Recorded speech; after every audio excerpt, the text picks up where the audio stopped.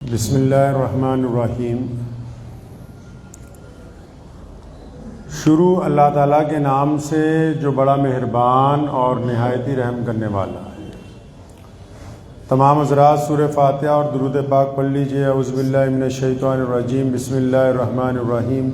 الحمدللہ رب العالمین الرحمن الرحیم مالک یوم الدین، ایاک نعبد وإياك نستعين، إياك نعبد وإياك نستعين، إياك نعبد وإياك نستعين، اهدنا الصراط المستقيم صراط الذين أنعمت عليهم غير المغضوب عليهم ولا الضالين آمین۔ درود شریف پڑھیے۔ اللهم صل على محمد وعلى آل محمد كما صليت على إبراهيم وعلى آل إبراهيم انکا حمید مجید۔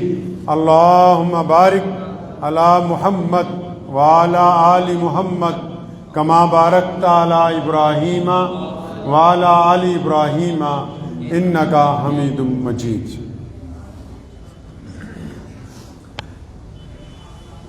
ہزار جدت ترازیوں کے مزاج بدلا کرے زمانہ، مگر یقین رہے گا عامر مزاج باطل وہی پرانا۔ ہماری ذلت کی انتہا کیا، ہماری پستی کا کیا ٹھکانہ، ہماری ذلت کی انتہا کیا، ہماری پستی کا کیا ٹھکانہ، کہ گناہ تو پھر گناہ ٹھہرے، عبادتیں بھی مجرمانہ۔ آج ایک بار پھر امرتسر کی تاریخی جامع مسجد خیر الدین میں آپ حضرات کے ساتھ مخاطب ہوں۔ لدھیانہ سے آج ایک ذاتی سفر کے لیے امرتسر آنا ہوا تھا۔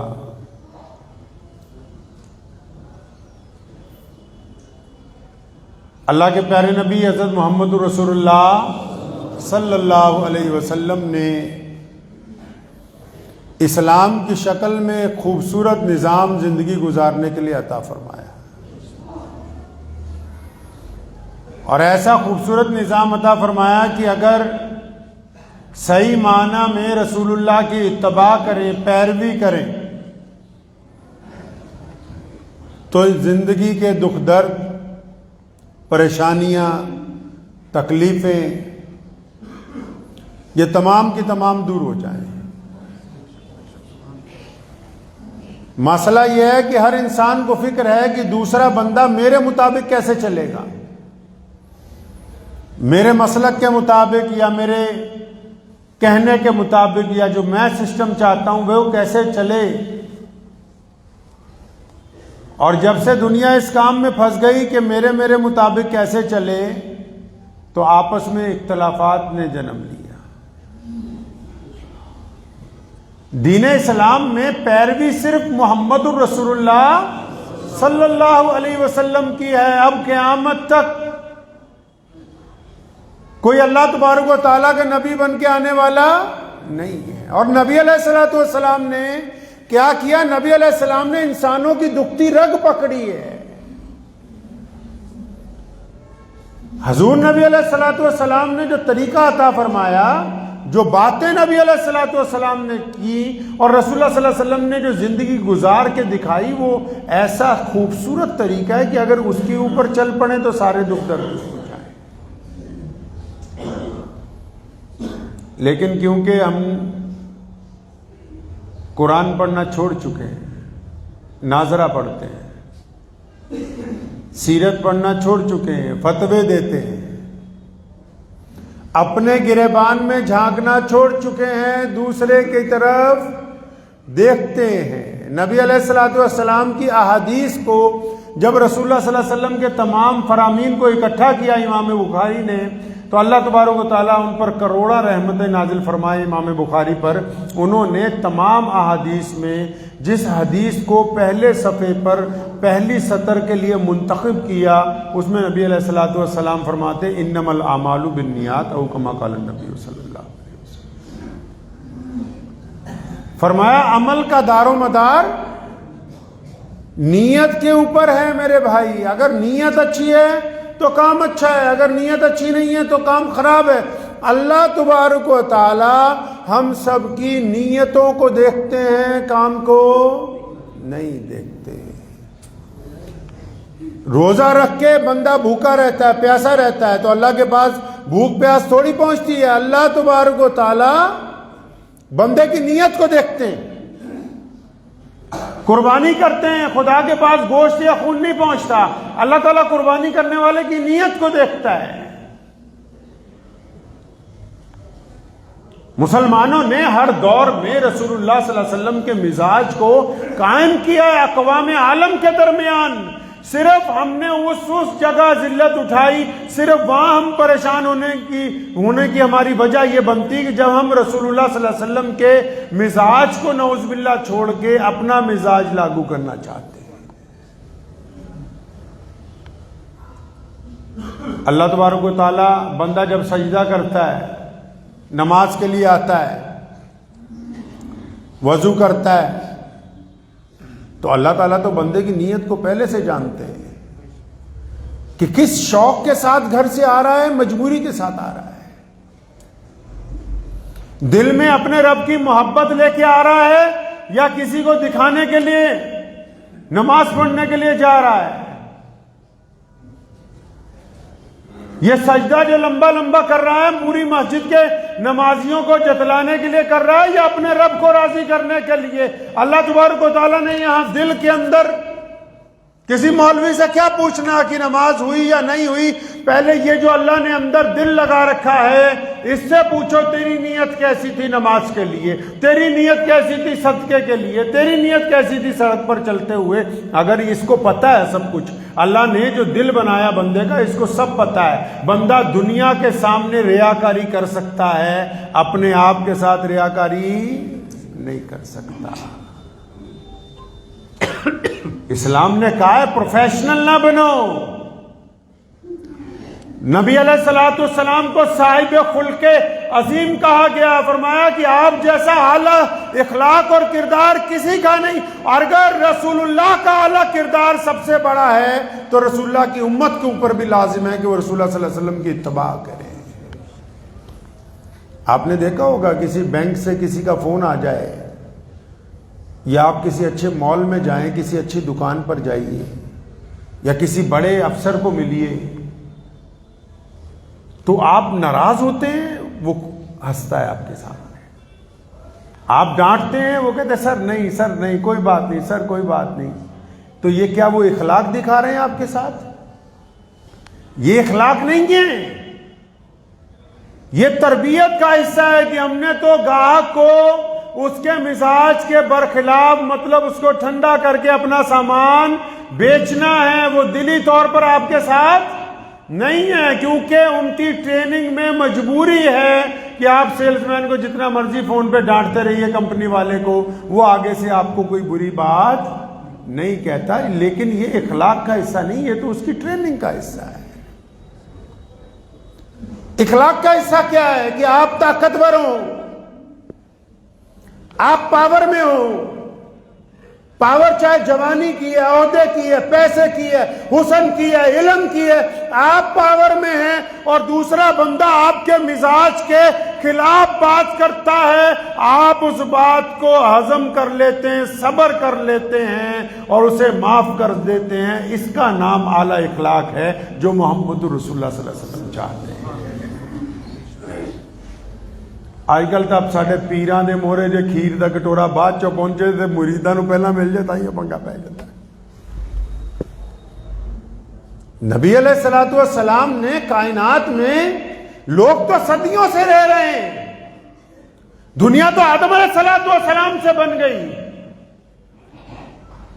ابد سے انتہا تک کتنی کائنات آئی، رسول اللہ صلی اللہ علیہ وسلم نے ایسا کیا کمال کر دیا کہ پوری کائنات میں ہر رنگ ہر نسل کے لوگوں میں کلمہ لا الہ الا اللہ محمد رسول اللہ پڑھنے والے لوگ پائے جاتے ہیں. وہ کمال یہی ہے کہ بہت ساری حکومتوں نے امپائر کھڑا کیا، محمد رسول اللہ نے لوگوں کا مزاج بنایا. ہمارا مزاج ہی تو بگڑا ہوا ہے. ہم جو آپس میں پریشان حال ہیں، مزاج ہی تو بگڑا ہوا ہے، برداشت نہیں ہے ایک دوسرے کی. ماں باپ کچھ کہہ دیں برداشت نہیں، بھائی کچھ کہہ دیں برداشت نہیں، دوست کچھ کہہ دیں برداشت نہیں. اپنی آنا نے ہمیں مجبور کر دیا تنہا رہنے پر، اور اس آنا نے مجبور کر دیا، اس نام نے ہمیں تنہا رہنے پہ مجبور کیا ہے کہ جب جان نکلتی تو سب سے پہلے وہ آنا ہی جاتی ہے. لوگ یہ نہیں پوچھتے کہ فلاں کا جنازہ کب ہوگا، فلاں صاحب کو اتنا پوچھتے ہیں کہ جنازہ کتنے بجے اٹھایا جائے گا، نام وام سب چھین لیتے ہیں. لوگ یہ تھوڑی کہتے ہیں کہ خان صاحب کو، انصاری صاحب کو، قریشی صاحب کو کتنے بڑے قبرستان لے جاؤ گے. یہ پوچھتے ہیں جنازہ کتنے بجے اٹھانا ہے، یہ بتاؤ. جس انا کے لیے، جس تکبر کے لیے ساری زندگی لڑے، جس نام کو بنانے کے لیے ساری زندگی لڑے، وہ سب سے پہلے چلا گیا. فرمایا رسول اللہ صلی اللہ علیہ وسلم نے قیامت والے دن مفلس بندہ وہ ہوگا. کون ہوگا یا رسول اللہ مفلس؟ لوگوں نے سوچا جس کے پاس پیسے کم ہوں. فرمایا نہیں، مفلس وہ ہوگا جس کے پاس حج بہت سارے ہوں گے، عمرے ہوں گے، نمازیں ہوں گی، صدقے ہوں گے، خیرات ہوں گے، لیکن جب وہ میزان پر آئے گا اتنے ہی دعوے دار کھڑے ہو جائیں گے کہ یا اللہ ہماری بے عزتی کی تھی، اللہ فرمائیں گے اتنے حج اس کو دے دو. یا اللہ ہمارا حق مارا تھا، اللہ فرمائیں گے اتنے روزے اس کو دے دو. یا اللہ ہماری زمین پہ قبضہ کیا تھا. فرمایا ایسا مفلس ہوگا کہ دعوے دار سب کچھ لے جائیں گے، الٹا گناہوں کی پوٹلی اس کے سر کے اوپر رکھ دی جائے گی. میاں صاحب جس پیسے کے لیے بھاگ رہے ہیں نا، اور جس انا کے لیے زور لگا رکھا ہے، یاریاں توڑتے ہو، پرانی دوستیوں کو پیروں تلے رونتے ہو، ماں باپ کا احترام ختم کرتے ہو، کن کے لیے کہ یہ انا برقرار رہے، میرے بچے مجھ سے خوش ہو جائیں، میری بیوی مجھ سے خوش ہو جائے. جا کے پوچھ لو جن کے گھروں میں انتقال ہو چکا ہے، یا یہ تو موت تو اٹل ہے، یہ اولاد جس کے لیے لوگوں سے لڑتا پھرتا ہے، لوگوں سے ٹھگیاں مارتا ہے، سارا دن اوور ٹائم لگاتا ہے. اللہ تبارک و تعالیٰ کی حضور جب تیری جان نکلنی ہے نا، سب سے پہلے کہتے ہیں مولانا جلدی آؤ، عصر سے پہلے پہلے ہی جنازہ اٹھا دے تو اچھی بات ہے. معاملہ تو اللہ اور اس کے رسول کے ساتھ درست ہونا چاہیے. اللہ اور اس کے رسول سے معاملہ کیسے درست ہوگا جب دنیا میں جن لوگوں کے ساتھ معاملات ہیں وہ دیانتداری کے اوپر قائم ہو. قیامت والے دن ایسے کتنے لوگ ہوں گے، بڑے بڑے عالم ہوں گے، بڑے بڑے شہید ہوں گے، بڑے بڑے حافظ ہوں گے، بڑے بڑے متقی پرہیزگار ہوں گے. وہ سوچتے ہوں گے کہ ہم نے جنت میں جانا ہے، آواز آئے گی کہ تمہارا کام تو تھا ہی اس لیے تم چاہتے تھے دنیا میں عزت مل جائے، دلوا دی تمہیں دنیا میں عزت، تم چاہتے تھے دنیا میں لوگ واہ واہ کریں، ہماری مل گئی واہ واہ. آخرت کے لیے کچھ نہیں ہے. کیا ہے آخرت کے لیے ہمارے پاس؟ جو آدمی نماز پڑھتا ہے مسجد کے اندر اور پھر اس کے ذہن میں یہ ہے کہ اس ہاتھ والا رفع دین کرے گا، میں اس طرح پڑھوں گا، کسی کے فون کی گھنٹی بج گئی، دل کے اندر غصہ آ رہا ہے، پوری تپش ہے کہ میں نماز کا سلام پھیر کے اسے بتاتا ہوں کہ فون کی گھنٹی کس طرح بجے گی. جن کی نمازوں میں نفرت داخل ہو گئی ہو، جن کے سجدوں میں دشمنی آ گئی ہو، وہ اللہ کی مدد کو تلاش کرتے ہیں. وہ لوگ اللہ کی مدد کو تلاش کر رہے ہیں. رسول اللہ صلی اللہ علیہ وسلم نے مذہب بھی نہیں دیکھا. بلال مسلمان نہیں ہوئے تھے جب سیدنا بلال کی مدد کے لیے رسول اللہ صلی اللہ علیہ وسلم خود چکی پیستے رہے. اسلام نے دنیا کے سامنے اعلیٰ کردار پیش کیا ہے. ہم محمد رسول اللہ صلی اللہ علیہ وسلم کو پڑھنے کے لیے تیار نہیں، رسول اللہ کی اتباع کے لیے تیار نہیں. اللہ کے بندے جب تک رسول اللہ صلی اللہ علیہ وسلم کی تعلیمات کی طرف نہیں جائیں گے، رسول اللہ کی اتباع ہوگی کس طرح؟ نماز پڑھنے کے لیے حکم دے دیا گیا بھی مسجد میں آؤ، جمعے کی نماز ہے کسی کے پاس پوری کائنات میں ایسا نظام؟ تو جمعہ بنایا کیوں تھا؟ جمعہ کیوں بنایا؟ جمعے میں خطبہ کیوں دیتے ہیں؟ پتہ ہے؟ یہ نہیں پتا. یہ پتا ہے کہ اگر خطبہ 5 منٹ لیٹ ہو گیا تو مولوی کی ایسی تیسی کیسے پھیر دے گا. یہ پتا ہے جمعے میں خطبہ کیوں دیتے ہیں، جمعے میں اکٹھے کیوں ہوتے ہیں،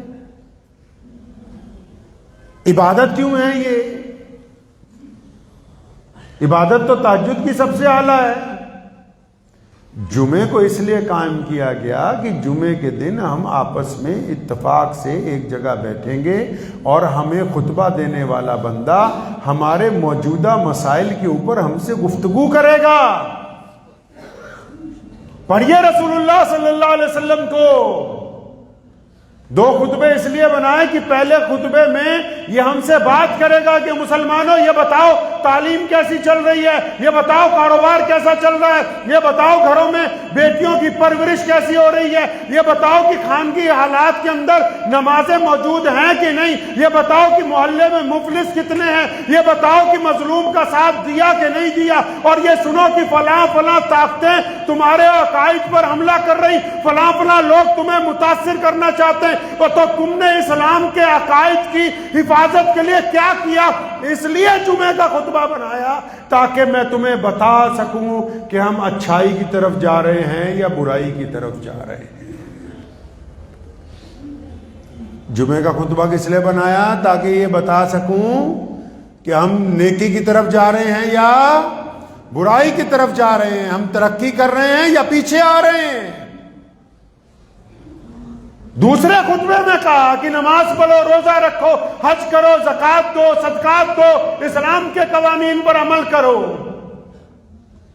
تو اب ہم تو جمعے میں بات سننا ہی نہیں چاہتے، ہم تو بات کرنا ہی نہیں چاہتے۔ ہمارا جمعہ تو گھڑی کے حساب سے شروع ہوتا ہے اور گھڑی کے حساب سے ختم ہو جاتا ہے۔ ہمیں تو اس بات سے کوئی مطلب ہی نہیں ہے کہ ہم کھا کیا رہے ہیں، وہ حلال کا لقمہ ہے کہ حرام کا ہے، پی کیا رہے ہیں، وہ حلال ہے کہ حرام ہے، ہمارے بچوں نے وقت کیسے گزارا، فجر کے وقت ہمارے گھر میں کیا ماحول تھا، عصر میں ہمارے گھر کے اندر کیا ماحول تھا، اس کی طرف توجہ ہی نہیں ہے۔ ارے ناداں، یہ دنیا چند روزہ ہے۔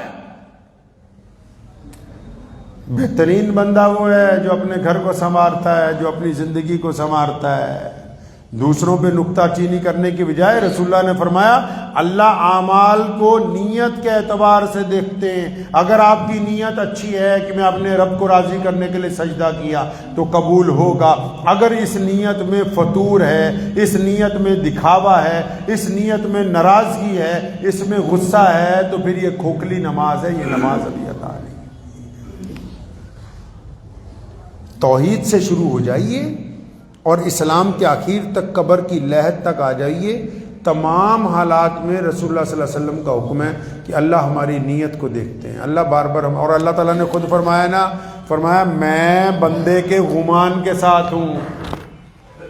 کئی لوگ کہتے ہیں نا گالی نہیں بھر دی، دعا کری جانے ہیں، ادھر دعا کرتا ہے ادھر سوچتا ہے کام نہیں ہونا، کام نہیں ہوگا۔ یہ اللہ فرماتے ہیں میں بندے کے گمان کے ساتھ ہوں، یہ مجھ سے اچھا گمان لگاتا ہے میں اچھا کر دیتا ہوں، یہ برا گمان بنا کے رکھتا ہے تو پھر برا ہو جاتا ہے۔ اللہ تبارک و تعالیٰ تو یہ ہماری نیتوں کو دیکھتا ہے۔ ہم دعا کرنے کے باوجود دعا پہ یقین نہیں رکھتے تو پھر دعا قبول نہیں ہوگی۔ دعا کے ساتھ اگر دعا میں یقین ہو، نیت پاک ہو کہ ہاں یہ دعا قبول کروانی ہے، اپنے رب سے منوانا ہے۔ بڑی خوبصورت بات میں آپ کو بتا کے یہ گفتگو آج کی ختم کروں گا۔ اللہ تبارک و تعالیٰ سے پوچھا کہ یا اللہ جب کوئی نیک بندہ، متقی بندہ، پرہیزگار، آپ کا ولی، کوئی جب اچھا بندہ آپ کو پکارتا ہے کہ یا اللہ، ہاتھ اٹھاتا ہے دعا کے لیے، تو یا اللہ آپ کیا کرتے ہیں؟ اللہ نے فرمایا کہ جب میرا کوئی نیک بندہ مجھے پکارتا ہے نا تو میں کہتا ہوں لبیک، میں حاضر ہوں، مانگ کیا مانگتے؟ پھر سوال کیا گیا یا اللہ کہ جب کوئی گنہگار آدمی، کوئی بے نمازی، کوئی بد کردار، کوئی اسلام سے ہٹا ہوا بندہ، کوئی دین سے گمراہی کی طرف چلا گیا بندہ، یا اللہ ایسا جو سر سے پیر تک گناہوں کے اندر لپٹ گیا ہو، یا اللہ جب وہ آپ کو پکارتا ہے، جب وہ آپ کو کہتا ہے کہ یا اللہ، اللہ فرماتے ہیں کہ جب میرا گنہگار بندہ مجھے پکارتا ہے نا تو میں کہتا ہوں لبیک، میں کہتا ہوں لبیک، میں کہتا ہوں لبیک، فرمایا یا اللہ جب گنہگار پکارتا ہے آپ 3 دفعہ جواب دیتے ہیں، اور نمازی پکارتا ہے تو 1 دفعہ۔ فرمایا اصل میں جو دیندار پکارتا ہے نا اس کو ذرا اپنی نیکیوں کا بھی ہوتا ہے کہ میں اچھا ہوں، میری سنی جائے گی، لیکن جب گنہگار پکارتا ہے نا اس کو پورا یقین ہی مجھ پہ ہوتا ہے کہ اللہ کی رحمت ہی بچا سکتی ہے اور کوئی بچانے والا ہے۔ تو اس لیے اپنی زندگی کو اچھا بنائیے، دوسروں پر تانے نہ ماریے، دوسروں کی نماز چیک کرنے کی بجائے اپنی نماز اچھی کر لیجیے، کسی کا دل توڑنے کی بجائے کسی کا دل جوڑ دیجیے، کسی کو دھکا مارنے کی بجائے کسی کا ہاتھ پکڑ کے 2 قدم اس کے ساتھ چل پڑیے، لوگوں کے لیے آسانیاں پیدا کیجیے، پریشانیاں پیدا نہ کیجیے۔ اللہ تبارک و تعالیٰ سے دعا ہے کہ اللہ تبارک و تعالیٰ ان باتوں پر مجھے بھی اور آپ سب کو عمل کی توفیق عطا فرمائے۔ وآخر دعوانا ان الحمد للہ رب العالمین۔